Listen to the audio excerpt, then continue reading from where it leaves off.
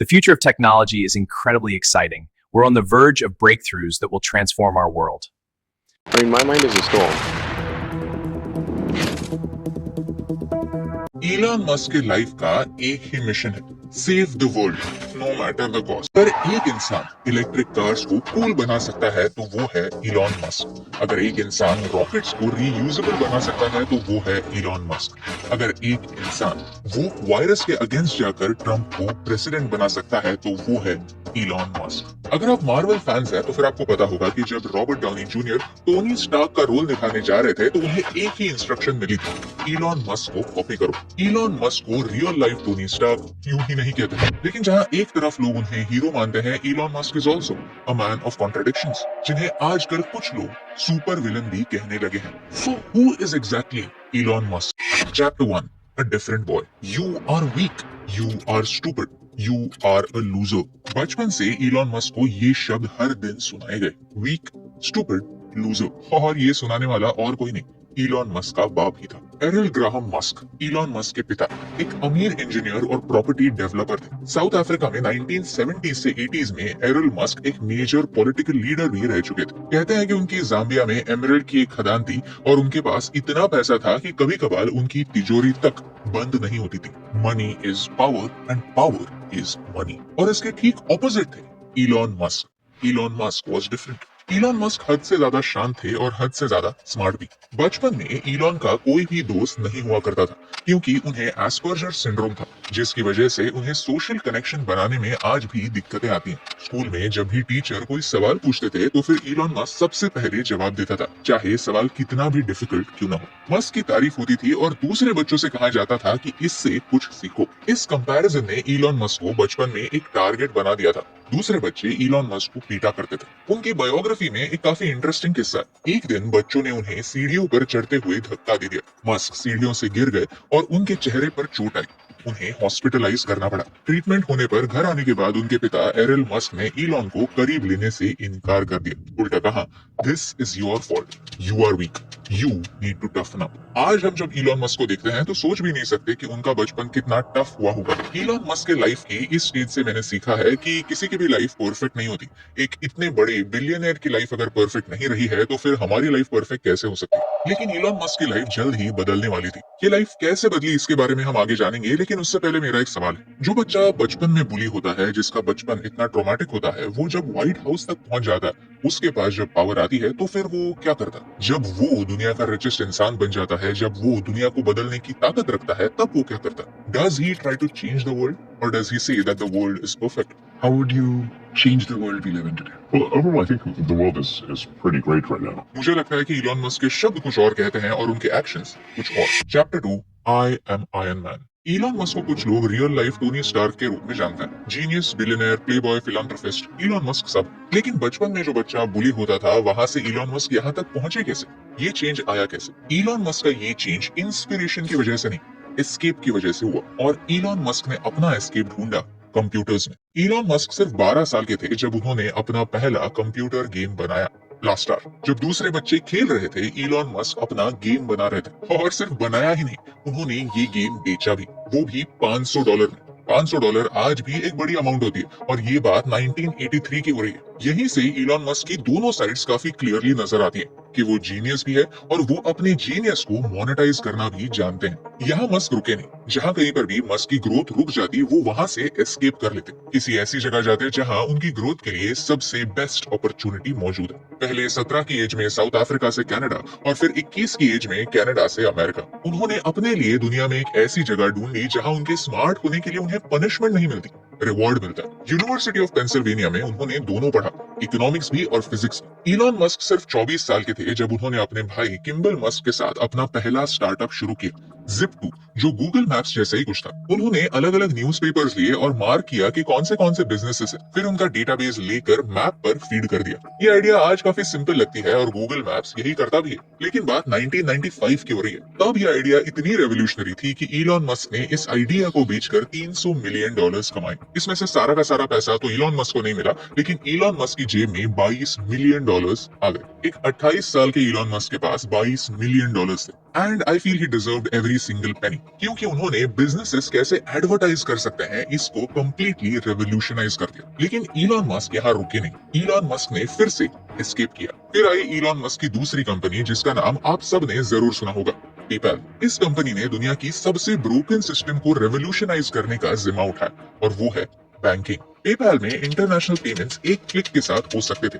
Bank में जाकर line लगाने की जरूरत नहीं, हिडन फीस का झंझट नहीं, एक वेबसाइट और एक एड्रेस। जो रेवोल्यूशन यूपीआई ने इंडिया में लाया वैसा ही कुछ रेवोल्यूशन पेपैल ने वर्ल्ड वाइड लाया था। यहाँ पर मस्क को बुली करने की कोशिश वापस हुई थी। जब वो वेकेशन पे थे तब उन्हें सीईओ पोजीशन से बोर्ड ने हटा दिया। मस्क सीईओ नहीं थे लेकिन फिर भी लार्जेस्ट शेयर होल्डर थे। तो फिर जब पेपैल को ईबे ने खरीदा तो इलॉन मस्क को 165 मिलियन डॉलर्स मिले। Now that is a lot of money और एक नॉर्मल एंटरप्रेन्योर की कहानी यहाँ पर खत्म हो सकती है। It will be a very happy ending. लेकिन हम बात कर रहे हैं इलॉन मस्क की। एक 30 साल का इलॉन मस्क जब 165 मिलियन डॉलर्स के फॉर्चून का मालिक बन जाता है तो फिर वो क्या करता? मस्क ने और काम किया। उसने 50% पैसा अपने 2 ड्रीम प्रोजेक्ट्स में लगा दिया। एक था टेस्ला और दूसरा था स्पेसएक्स। इलॉन मस्क ने मुझे ये सिखाया है कि पैसा डेस्टिनेशन नहीं होता, पैसा फ्यूल होता है। पैसा वो ईंधन है, वो रिसोर्स है जो आपके गोल तक पहुंचने में आपकी मदद कर सकता है। पैसों को अपना गोल कभी भी मत बनाओ, क्योंकि कोई भी इंसान इस दुनिया से पैसा लेकर नहीं निकल सकता। इलॉन मस्क ने अपने पैसों से अपना सपना पूरा किया। इलॉन मस्क ने बचपन से एक सपना देखा था,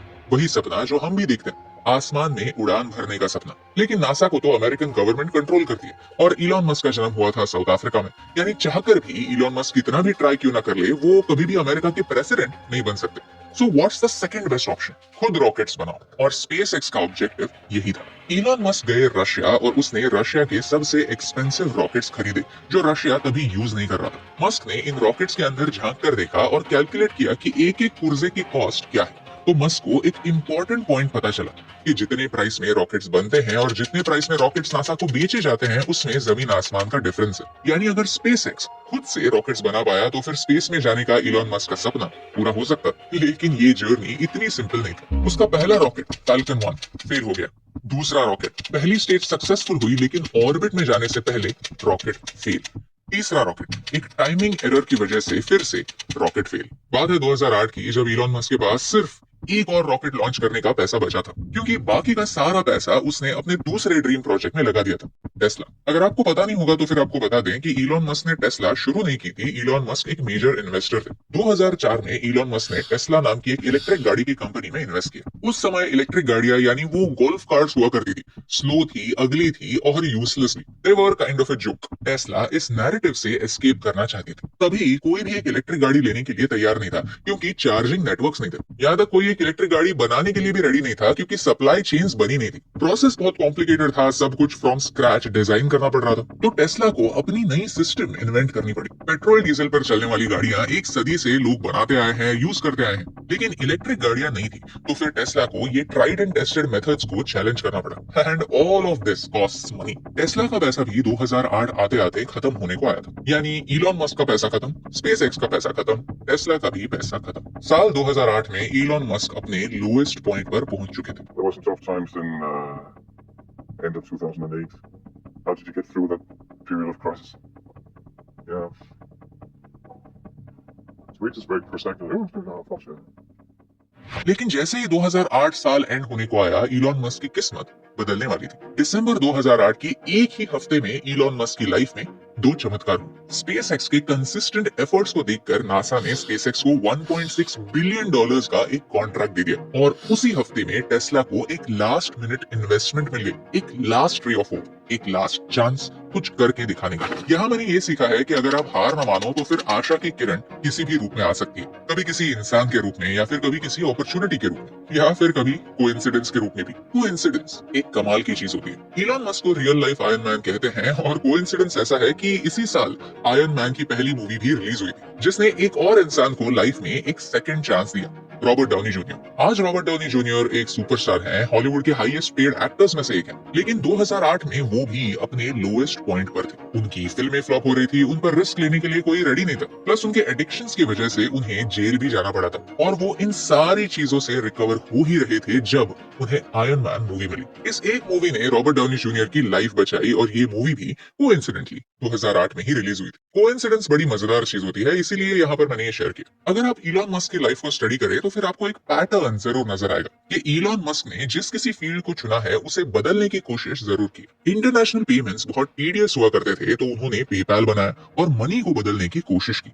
जब पूरी दुनिया पेट्रोल से चलने वाली फास्टेस्ट कार्स बना रही थी तो उन्होंने टेस्ला बनाई और ट्रांसपोर्ट को बदलने की कोशिश की। जब पूरी दुनिया में कोई भी प्राइवेट कंपनी स्पेस के बारे में सोचना भी नहीं चाहती थी तो उन्होंने सिर्फ आसमान छुआ ही नहीं, उन्होंने अपनी उड़ान से आसमान को ऊंचा कर दिया। तो जब ऐसे इंसान के पास पावर है, जब ये इंसान दुनिया का रिचेस्ट इंसान बन चुका है, तो फिर वो हाथ पर हाथ धरे बैठा रहेगा क्या?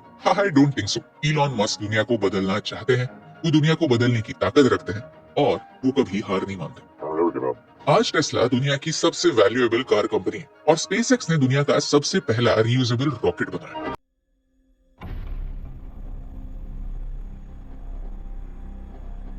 जहां दुनिया के बाकी फाउंडर सिर्फ एक ऐप बनाकर खुश रहते हैं, इलॉन मस्क ने कुछ रियल बनाया है। जब हम टेस्ला को देखते हैं तो फिर लगता है कि शायद फ्यूचर क्लीन, स्मार्ट और सस्टेनेबल हो सकता है। स्पेसएक्स का हर लॉन्च ये याद दिलाता है कि शायद इंसान एक दिन मार्स पर अपना घर बना सकता है। शायद हम भी एक मल्टी प्लैनेटरी स्पीशीज बन सकते हैं और ऐसे ही होप देने वाले इंसान को हम हीरो कहते हैं, फेट। लेकिन अगर इलॉन मस्क इतना ही बढ़िया आदमी है तो फिर कुछ लोग इन्हें विलन क्यों कहते हैं? Chapter 3 the dark side. चलिए इलॉन मस्क की सबसे बड़ी कंट्रोवर्सीज के बारे में बात करते हैं। इलॉन मस्क को यू टर्न किंग कहते हैं। एक तरफ वो खुद को फ्री स्पीच एब्सोल्यूटिस्ट कहते हैं और दूसरी तरफ एक डिक्टेटर की तरह बर्ताव करते हैं। एक दिन वो कहते हैं आई लव डोनाल्ड ट्रंप और दूसरे ही दिन ट्रंप को ट्विटर पर गालियां देने लगते हैं। एक दिन वो कहते हैं बिटकॉइन दुनिया की नई करेंसी है और बिटकॉइन को यूज करके टेस्ला गाड़ी भी खरीदी जा सकती है और कुछ ही हफ्तों बाद ये स्टेटमेंट वापस ले लेता है। एक के बाद एक यू टर्न। जब इलॉन मस्क ने $44 बिलियन देकर ट्विटर को खरीद लिया तो सबको लगा दिस इज अ जोक। लेकिन अगले ही दिन लोगों को नई ईमेल आई कि हम एक नया ट्विटर बना रहे हैं जो एक्सट्रीमली हार्डकोर होने वाला है। रात रात तक सबको काम करना ही होगा। ट्विटर इंजीनियरिंग ड्रिवन होगा। अगर आपको ये सारी कंडीशंस मंजूर हैं तो फिर ये फॉर्म भर दो, नहीं तो 3 महीने का सेवरेंस आपका इंतजार कर रहा है। मतलब यू आर फायर्ड। जब मस्क ने ट्विटर खरीदा तो ट्विटर के अराउंड 8,000 एम्प्लॉइज थे। अब ट्विटर में सिर्फ 1500 लोग काम करते हैं, यानी इलॉन मस्क ने 80% ट्विटर एम्प्लॉइज को फायर कर दिया। अगर आप इलॉन मस्क की सारी हिस्ट्री को अपनी मेमोरी से डिलीट कर दोगे और इस इंसिडेंस के तौर पर ही देखोगे तो फिर इलॉन मस्क आपको विलन ही लगेगा। एक ऐसा विलन जो एक झटके में अपने 80% एम्प्लॉइज को फायर कर देता। लेकिन इलॉन मस्क को ट्विटर पर कंप्लीट कंट्रोल की जरूरत थी अपने अगले प्लान के लिए। हुआ ये था कि ट्विटर ने ट्रंप को बैन कर दिया था। इलॉन मस्क ने ट्विटर खरीदने के बाद इमीडिएटली ट्रंप का अकाउंट वापस आ गया। ट्रंप वापस ट्वीट करने लगा और फिर कुछ ही सालों में ट्रंप का नया प्रेसिडेंशियल कैंपेन ट्विटर पर ही सबसे ज्यादा चला, क्योंकि सिर्फ ट्रंप का मागा ऑडियंस ही ट्विटर पर बचा था। जब ट्रंप पर असैसिनेशन अटेम्प्ट हुआ तो मस्क ने ओपनली ट्रंप को सपोर्ट किया। ट्रंप के कैंपेन में मिलियंस ऑफ डॉलर्स की फंडिंग की। कुछ लोग कहते हैं कि मस्क के फाइनेंशियल सपोर्ट के बगैर ट्रंप ये इलेक्शन हार जाता। और जैसे ही ट्रंप प्रेसिडेंट बना, इलॉन मस्क एक एंटरप्रेन्योर से पॉलिटिकल इन्फ्लुएंसर बन गया। एक कैपिटलिस्ट अपने पैसों के दम पर व्हाइट हाउस तक पहुंच चुका था। एक ऐसा बच्चा जो बचपन में बुली हुआ था, वो दुनिया के सबसे पावरफुल बिल्डिंग व्हाइट हाउस में पहुंच चुका। इलॉन मस्क ने ट्विटर को $44 बिलियन में खरीदा था। आज ट्विटर का वैल्यूएशन उससे आधे से भी कम है, लेकिन इसका मतलब ये नहीं कि इलॉन मस्क रास्ते पर आ चुका है। अपने पैसों के साथ इलॉन मस्क ने जो पावर खरीदी, उसकी वजह से इलॉन मस्क को पॉलिटिकल इन्फ्लुएंस मिला और आज इलॉन मस्क की सबसे बड़ी और सबसे इंपॉर्टेंट कंपनीज अमेरिकन गवर्नमेंट पर ही निर्भर है। इस अमेरिकन सरकार ने स्पेसएक्स को $4 बिलियन के अलग अलग कॉन्ट्रैक्ट्स अवार्ड किए। स्पेसएक्स के सारे प्रोजेक्ट्स काफी एक्साइटिंग होते हैं और काफी एक्सपेंसिव भी, और ये अमेरिकन गवर्नमेंट फंड कर रही है। और जब आपका सबसे बड़ा क्लाइंट अमेरिकन गवर्नमेंट हो तो फिर आप न्यूट्रल कैसे हो सकते हैं? यानी जैसे ही ट्रंप प्रेसिडेंट बना तो इलॉन मस्क ने यह अश्योर कर दिया कि उनका सबसे बड़ा इन्वेस्टर व्हाइट हाउस में बैठा। इलॉन मस्क ने अपने पॉलिटिकल इन्फ्लुएंस से अपने सपनों को प्रोटेक्ट किया। ये सब देखकर एक चीज क्लियर हो जाती है कि इलॉन मस्क सिर्फ कंपनीज नहीं चला रहे, वो नैरेटिव, पॉलिटिक्स और पावर को भी शेप दे रहे हैं। और जब एक इंसान के डिसीजंस का रिपल इफेक्ट पूरी दुनिया तक पहुंचने लगे तो सवाल सिर्फ ये नहीं होता कि ये राइट है या रॉन्ग, सवाल ये होता है कि क्या इतनी पावर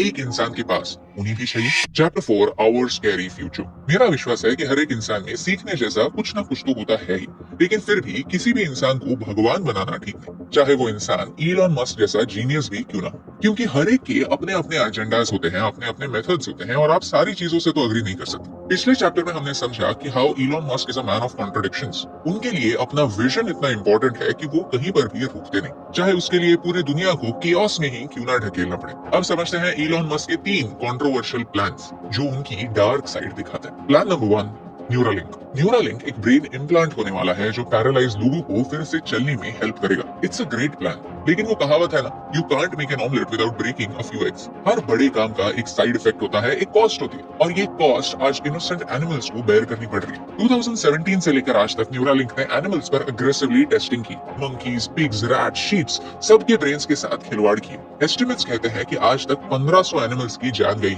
सिर्फ एक्सपेरिमेंट्स की वजह से, और ये सारे एक पीसफुल मौत नहीं मरे। रिपोर्ट्स कहते हैं कि उन्हें एग्रेसिव सफरिंग का सामना करना पड़ा। ये रिपोर्ट कहता है कि एक एग्जाम्पल में एक मंकी के कुछ फिंगर्स गायब दिखे, ये उस मंकी ने खुद खा लिए थे। सोचिए कि ये टेस्ट, ये एक्सपेरिमेंट्स किस लेवल के होंगे कि मंकीज को ब्रेन डैमेज हो रहा है, इन अ वे वो पागल हो रहा है। और ऐसे ही चिप्स इलॉन मस्क हमारे ब्रेन में भी फिट करना चाहते हैं। And this is not about animals, this is about humans, this is about you and I. Black mirror का एक एपिसोड है जहां ऐसी ही एक चिप होती है जो आपके दिमाग में फिट की जाती है। शुरुआत में तो ये चिप फ्री होती है, लेकिन बाद में फ्री टियर के लोगों को एड्स दिखाए जाते हैं सीधा उनके ब्रेन में। अगर एड्स नहीं देखने हैं तो फिर सब्सक्रिप्शन ले लो। क्या यही न्यूरालिंक का फ्यूचर तो नहीं? इलॉन मस्क कहते हैं कि फ्यूचर में ह्यूमंस मशीन्स के साथ मर्ज हो जाएंगे, लेकिन क्या ऐसे ह्यूमंस भी कहलाने के लायक होंगे, या फिर एक मशीन की तरह इलॉन मस्क की पर्सनल कठपुतली बन जाएंगे? Plan number 2, Starlink. स्टारलिंक को दुनिया का एक जीनियस इन्वेंशन कहते हैं। लो ऑर्बिट सैटेलाइट्स जो दुनिया के कोने कोने को इंटरनेट दे सकता है। Mountains, oceans, remote jungles, war Jones,